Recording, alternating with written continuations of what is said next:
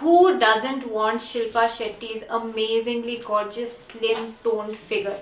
I know, I definitely want it. And even those who say they don't want it, secretly they want it. Trust me, I know. I picked up her book, The Great Indian Diet, and read it cover to cover. Now, she doesn't say anything revolutionary, groundbreaking or earth-shattering or anything new. In fact, she says the same things that my mother and my grandmothers have been telling me for years. Of course, I never listened to them, but when Shilpa Shetty says the same thing, I definitely will listen. Let's talk about 5 things I learned from her and 5 quick changes that you can make in your diet and start shedding those pounds and getting into Shilpa Shetty kind of shape. The number one thing that she talks about and she says is your biggest enemy if you're trying to lose weight is refined sugar.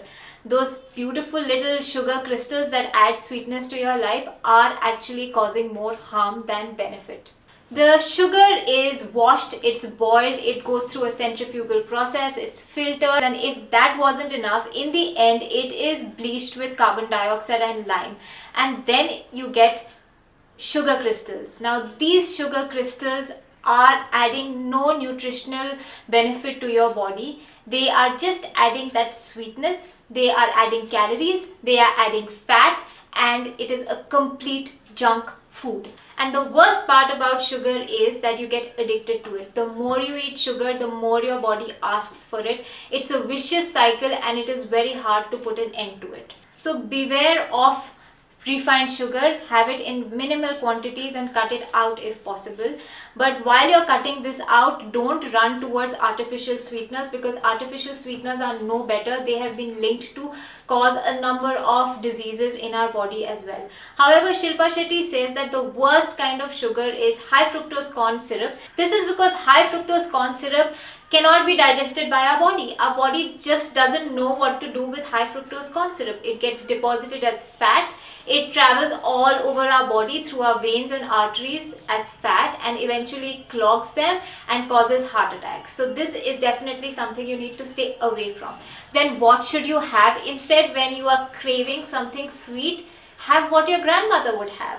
Have black gur, organic gur, have organic honey, have stevia, have laddus made of dry fruits and gur and atta. Have those kind of amazing desserts instead of having cakes and pastries.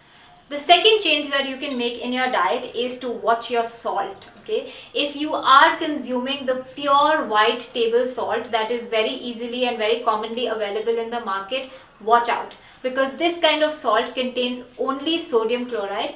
High amounts of sodium chloride in our body can lead to blood pressure issues, it can lead to heart issues. What should you have instead? Switch to sea salt or rock salt. These have a lot of minerals in them.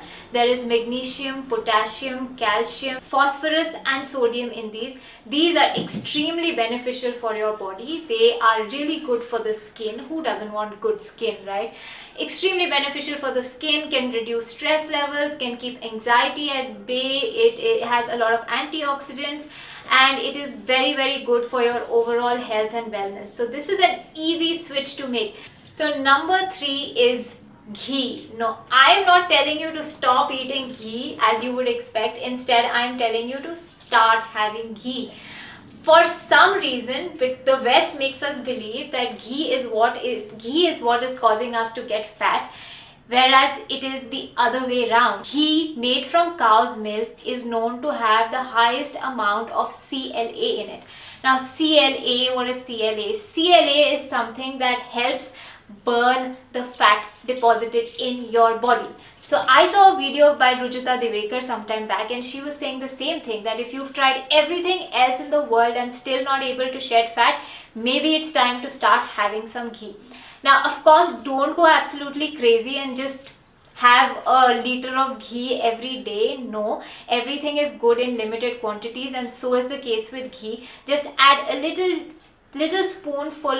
tiny little spoon of ghee in your food and have it every day and you are definitely bound to see benefits of the ghee. Next, let's talk about spices and herbs. Now Indian food is known for its spices, the masalas. It's heavenly. You can smell the spices from every Indian kitchen. Now is that bad? No, not necessarily. In fact, Gurpreet Bains, the author of Indian Super Spices, says that spices are the most antioxidant rich foods on planet Earth, and they're the most powerful kind of food that you can ever have. Now, if you have our regular, commonly, easily available Indian spices in your diet every day, you will be able to cure a lot of illnesses and keep a lot of illnesses at bay. Let's take, for example, haldi. Now, haldi is very easily available. It is added in all our foods and it has tremendous benefits. It has something called curcumin, which even helps cure cancer. Then there is fennel. Fennel is a very, very good digestive. It keeps acidity at bay, and that is the reason why fennel is offered at the end of most Indian meals. There is cinnamon, and they say that if you have half a teaspoon of cinnamon every day, cancer will not come near you. Then there is garlic. Garlic keeps the heart strong. It keeps heart diseases at bay. So have garlic raw, have garlic crushed, have garlic in vegetables, or just make a pickle out of the garlic and have it the way Shilpa Shetty has it. But just be careful not to have garlic just before you're going out for a big night. The fifth and last thing that I will be talking about today is lemon juice. Just add a lot of lemon juice on all of your food.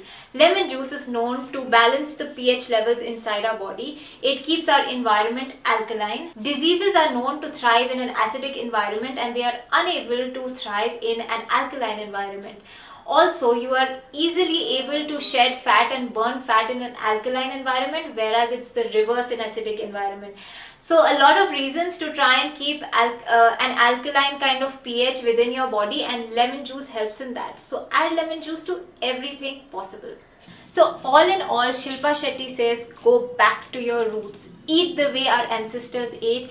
Go back to the traditional way of cooking Indian food. Other last thing that I really loved about Shilpa Shetty's book is that in the book she shows pictures of her meals. She doesn't just talk about these things, she in fact shows you the picture. When you see the picture, you will see that although she eats almost everything, she eats a lot of things, the portion sizes are small. They're small katoris of rajma, little bit of brown rice, little bit of pickle, a little bit of everything, but not too much. That's the most important thing, and that's the thing that's going to bring you in the best shape of your life.